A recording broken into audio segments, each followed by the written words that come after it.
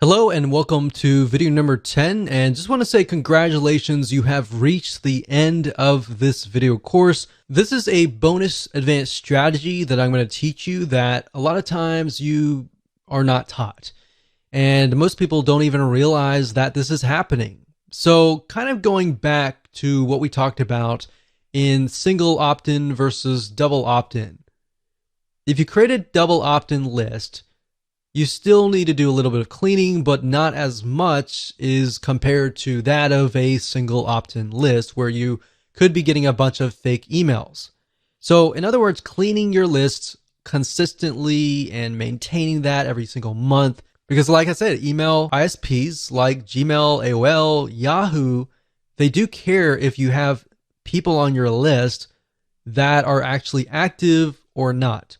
If they're not, that can be an issue. So if you have a list of 1,000 people, and out of that list of 1,000 people, you have 100 people on there that are fake, that will actually hurt your email deliverability. So even if you have 900 people on there that are not fake, because the ESP or email service provider sees you as a spammer, they may not allow those 900 emails to even get to your legitimate subscribers, if that makes sense. So how do you go about doing that by using GetResponse? So what I'm going to do now is let's hop on over to getresponse.com, and I'm going to show you step by step how to clean your list. Okay, so there are two different ways to do list hygiene.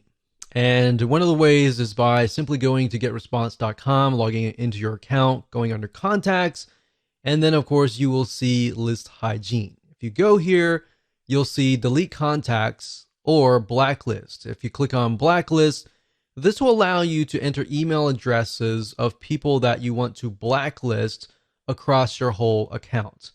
So to do that, what you can do is go to blacklist, click global blacklist for my account. And what that will do is it'll remove them totally from all of your lists, meaning anytime somebody tries to sign up again, they won't be able to sign up. Now, obviously, they could get around that by entering a fake email if you had single opt-in turned on, or they could use a fake email address even if you're using double opt-in as well. So this only protects you to a certain degree, and this works actually really well in a lot of non-technical niches, especially. But if you are in a more technical niche like marketing or business or computers or programming, then this here can help you to a degree, but only to a certain degree.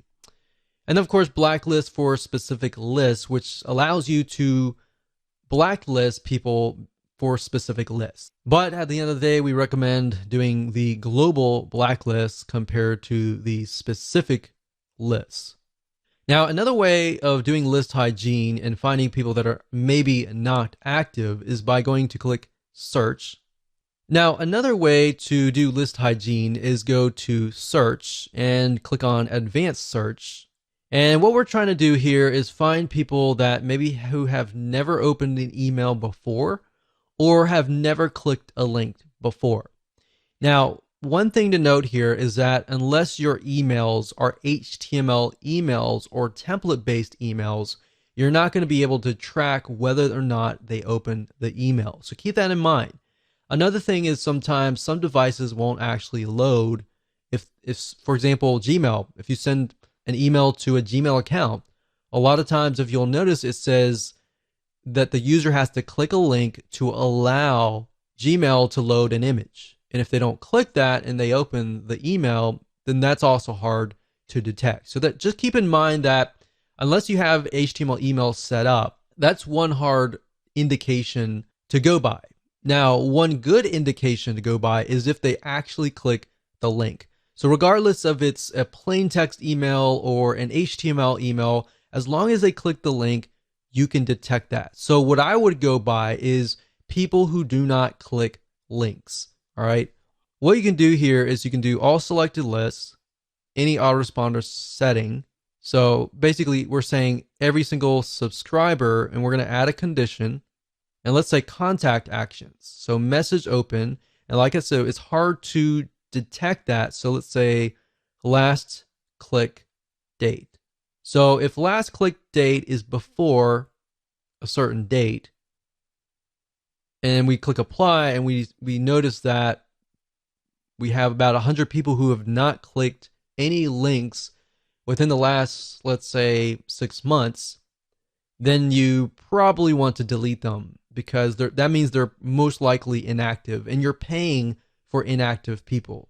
I know psychologically you might be thinking, well, I want to keep that list. What if that list were to come back? You put them into a segment, you email that list, and you say, hey, I noticed that you haven't clicked any links. I wonder why and how I can improve my content to fit your needs. Something like that may allow you to reactivate people who just aren't opening their emails. And you got to keep in mind, some people are just busy.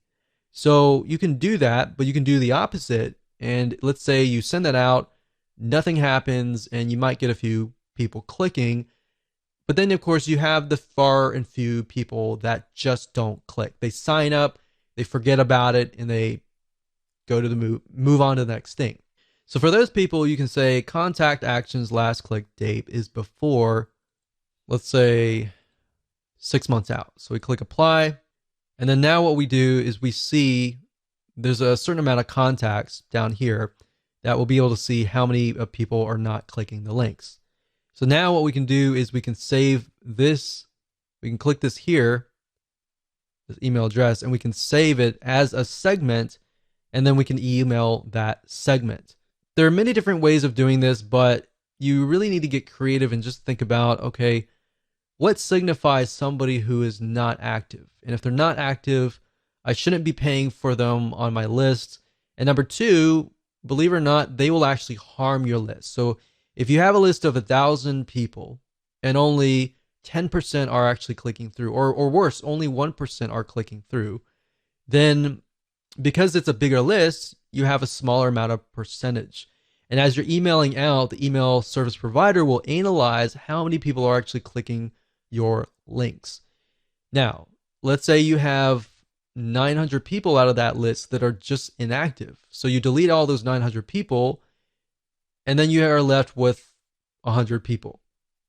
But let's say those 50 out of the 100 people were clicking anyways. Now you've narrowed it down from a very small percentage down to 50% open rate and 50% click-through rate. So maybe a higher open rate, a larger 50% click-through rate. And that is why you need to clean your list.